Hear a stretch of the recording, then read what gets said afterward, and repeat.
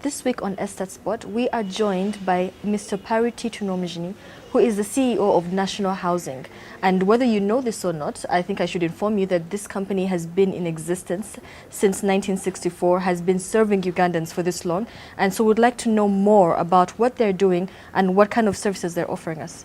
Thank you for joining us on the show. Thank you so much, Brenda. You're welcome. Nice being with you. So first we'd like to start from the very beginning. Just help us understand the role of National Housing in the real estate industry in our country. National Housing started in 1964 and its major purpose was to construct affordable housing for the Ugandan market. Previously we managed estates for rent and were housing mostly civil servants. And you'll find that most of the estates that we first developed, like Bugorobi, Wandegeya, Bokoto White and Brown Flats, some of the houses that we inherited from government, like in Kororo and in Nakasero, were basically housing civil servants. And then later on you see a transition where we sold these houses and started constructing houses for sale. And you find most of our projects, previous projects in Ntinda, in Bukoto, in Chiwafu, in Nalia, in Chambogo, in Mpumude, in Jinja, in Ruboa. And when you look at most of the estates that we have developed, we've steered construction around them. And the development of Chira, Namugongo, Ruboa, a bit of Bugorobi, Ntinda, is really because of our presence in those areas. And that's what we have done most. On the commercial real estate sector, we still own Crescent Towers, and we've been maintaining this building as one of the top tier buildings in this city. And that's what National Housing is. So could you tell us what are the current projects that you guys are working on? Yeah, if you look at the housing industry, it's been a little slow. But for us, our philosophy is that when the economy is slow, that's when we construct, so that when it picks up, then there will be products on the market. And this year we completed 132 units in Namungona. We also started 194 units in our Impala estate in Namungona. We are restarting the project in Nalia that had stalled of 312 units, the Nalia Applied project. The Jasmine project also in Nalia, 58 units. We are also unveiling the master plan for Bukerere in the Housing Finance Conference. This is an estate which we have now confirmed can host about 3,900 homes. The Ruboa project is also on course, 1,200 apartments, which should also be starting this year.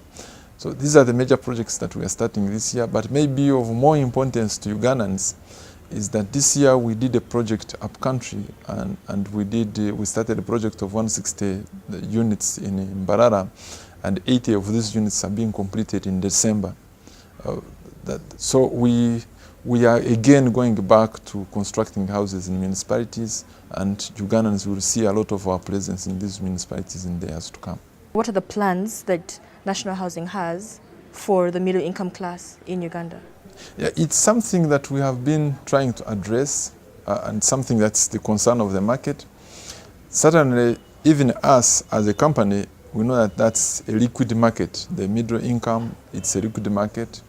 There are many people that are in it. We've been playing in a narrow market where we've been providing houses that look a little expensive, but which reflect the market conditions. Our strategy is now to play within each of the 100 millions. So we want to have a house of 500 million, 300 million, 400 million, 200 million, and 100 million. We are still struggling to see whether we can design a house which will be less than 100 million. But we are happy that we have a product that we are unveiling in our Bukerere Jubilee City project, which will address mostly the needs of the working class and also the business class. The other area of concern is that we cannot keep running away from the city. If you look at most of the projects that we are doing, if you look at Nalia, you look at Bukerere where we have gone, we are moving away from the city, but we are designing a program for slum upgrade. And like you are aware, we have land in Chireka, the famous Kasokoso, we have land in Namungona. So we are redesigning Kasokoso project, and The advantage is that government has already committed to capitalize us, so that means we will enter that project with low-cost money. And because we will enter that project with low-cost money, we are going to have a project that addresses the needs of the dwellers. This should be visible by mid-next year. You should see us going into different more products. We believe we should provide more employment than any other company in this country because housing spurs development, and we play a central role in developing of this country. So when we are looking at implementing the vision of national housing, we want to link it with the national goals.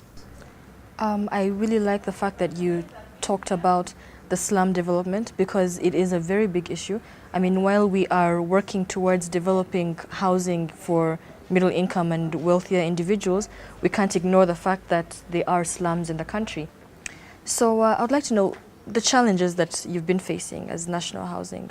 For us, the biggest challenge that we face is really the source of long-term financing. If you look at the Ugandan economy, most of the financing available is for short-term projects. If you look at how the models of the commercial banks, they are focusing more on personal loans, on financing for small projects.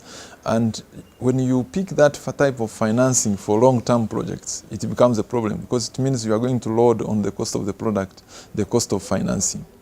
It's such a big thing, but we are not going to lament about it forever.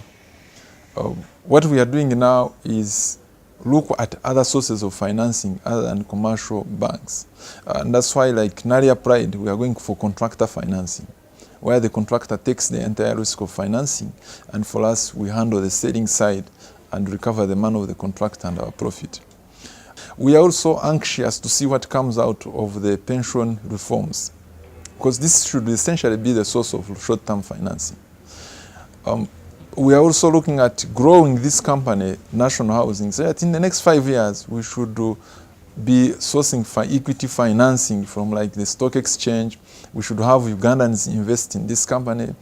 We've been here for too long, and we've preserved the assets of the company. We are a 300 billion company. We've protected these assets for this long, but we think they should multiply. Thank you. Thank you so much for being on the show. It was such a pleasure. You had it straight from the CEO of National Housing, and I hope that this has been a very informative segment of the show, and we hope that you will watch this again.